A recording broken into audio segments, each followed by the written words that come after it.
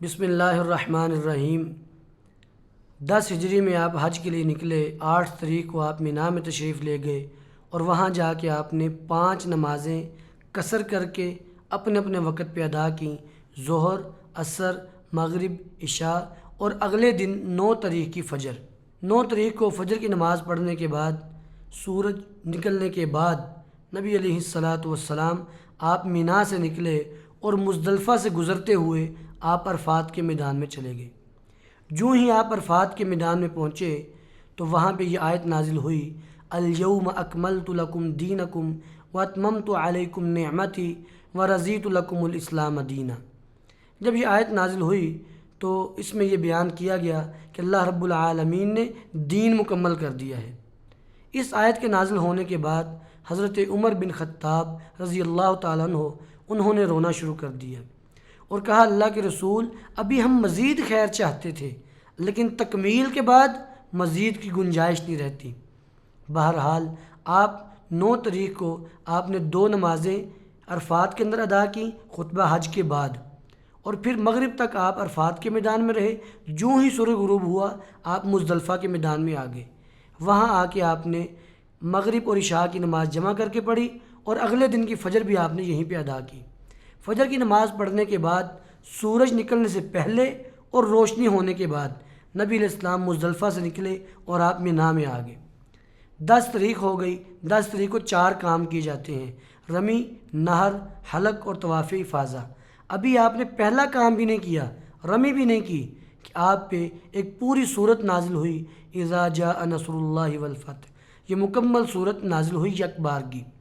جب یہ صورت نازل ہوئی تو آپ نے فرمایا کہ نعیت الی نفسی، مجھے میری موت کی اطلاع دے دی گئی ہے۔ اور اس کے بعد نبی علیہ السلام بار بار صحابہ سے یہ بات کہتے، لتأخذوا انی مناسککم لعلی لا احج بعد حجتی ہذہ۔ لوگو، مجھ سے حج کے احکامات سیکھ لو، ممکن ہے میں اس کے بعد دوبارہ حج نہ کر سکوں۔ اپنے حج کے احکام، مسائل مجھ سے سیکھ لو۔ نبی علیہ الصلاۃ والسلام آپ نے فریضہ حج ادا کیا۔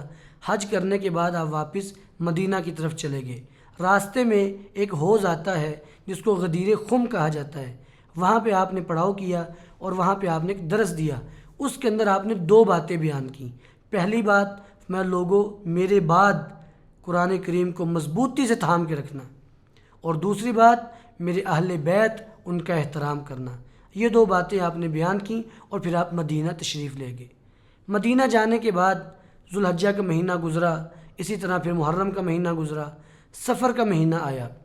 سفر کے مہینے کے شروع میں نبی علیہ الصلاۃ والسلام نے حضرت معاذ بن جبل رضی اللہ تعالیٰ عنہ ان کو یمن کا گورنر بنا کے بھیجا۔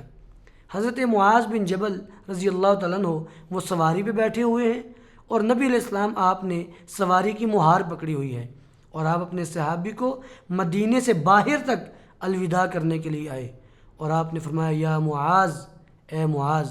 فرماتے ہیں، میں نے کہا، لبیک اللہ کے رسول، میں حاضر، آپ فرمائیے، آپ کیا فرمانا چاہتے ہیں؟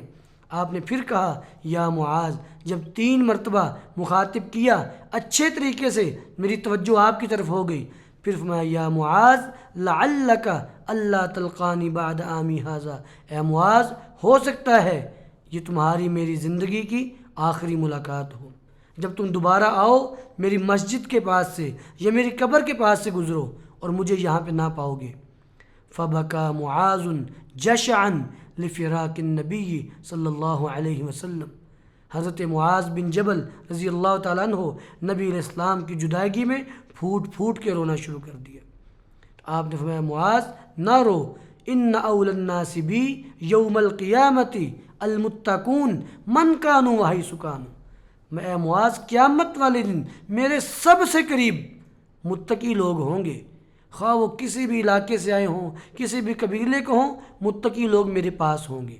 اسی سفر کے مہینے میں نبی علیہ الصلاۃ والسلام آپ احد کے مقتولین کے پاس ان کی قبروں پر آپ تشریف لے گئے، اور وہاں جا کے آپ نے ان کے لیے دعائے مغفرت کی اور آپ نے ان کا نماز جنازہ ادا کیا۔ چونکہ جب غزوہ احد ہوا تھا اس وقت جنازہ پڑھے بغیر احد کے مقتولین کو دفن کیا گیا تھا۔ تو اب آپ نے 11 ہجری سفر کے مہینے میں آپ نے ان کا نماز جنازہ ادا کیا اور پھر آپ واپس تشریف لے آئے۔ اسی طرح اسی سفر کے مہینے میں نبی علیہ الصلاۃ والسلام ایک رات اپنے صحابی حضرت ابو موہبہ ان کو ساتھ لیا اور آپ بقی قبرستان چلے گئے۔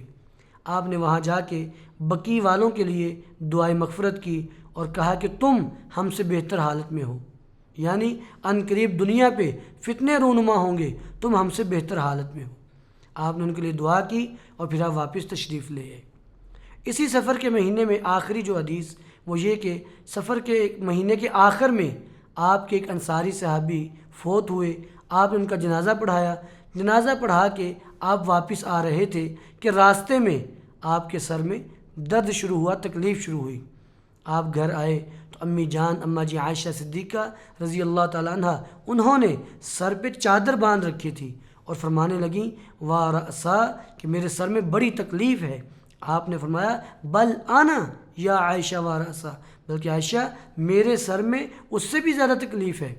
اور صحیح بخاری کی حدیث آپ نے فرمایا یا عائشہ لو مت قبلی، اگر تو مجھ سے پہلے فوت ہو گئی لغسلتکی وکفنتکی وصلیت علیکی ودفنتکی، اگر تو مجھ سے پہلے فوت ہو گئی میں خود تیرا کفن پہناؤں گا، غسل دوں گا، قبر میں اتاروں گا، جنازہ پڑھاؤں گا، میں سارا کام خود کروں گا۔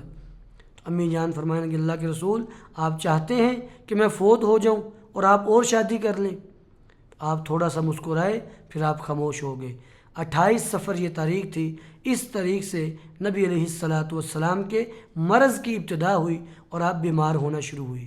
نبی علیہ الصلاۃ والسلام آپ کی بیماری، آپ کا مرض دن بدن پھر بڑھتا چلا گیا، حتیٰ کہ وہ دن جس دن آپ کی بیماری میں شدت آئی وہ بدھ کا دن تھا، اور آپ کی وفات سے 5 دن پہلے بدھ کا دن آپ کی بیماری میں شدت آئی، اور اس دن آپ حضرت میمونہ رضی اللہ تعالیٰ عنہ آپ ان کے گھر میں تھے، اور بار بار غشی طاری ہوتی، بار بار بے ہوش ہو جاتے، اور جب بھی ہوش آتی آپ یہی کہتے این انا غدن، این انا غدن، کل میری باری کس کے پاس ہے، کل میں کس کے پاس ہوں گا۔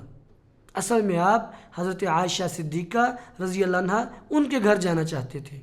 اس کی وجہ آپ کی سب بیویاں کچھ بیوہ تھیں، کچھ مطلقہ تھیں، اور کچھ کے بچے بھی تھے سابقہ خامدوں سے، جبکہ حضرت عائشہ صدیقہ جوان بھی تھیں اور ان کے بچے بھی نہیں تھے، اس لحاظ سے وہ زیادہ خدمت کر سکتی تھیں، اور بیمار آدمی کو خدمت کی تو ضرورت ہوتی ہے۔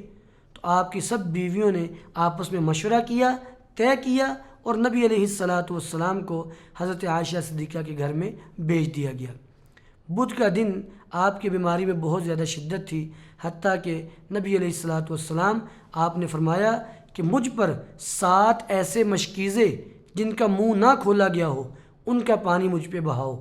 تو نبی علیہ السلام کو حضرت حفصہ رضی اللہ عنہا ان کا ایک ٹب تھا، اس کے اندر بٹھایا گیا، اس ٹب کے اندر بٹھا کے آپ کی بیویوں نے آپ پر 7 مشکیزوں سے پانی ڈالا، حتیٰ کہ آپ کی طبیعت میں کچھ افاقہ ہوا، طبیعت میں بہتری محسوس ہوئی، تو پھر آپ نماز پڑھانے کے لیے مسجد میں تشریف لائے۔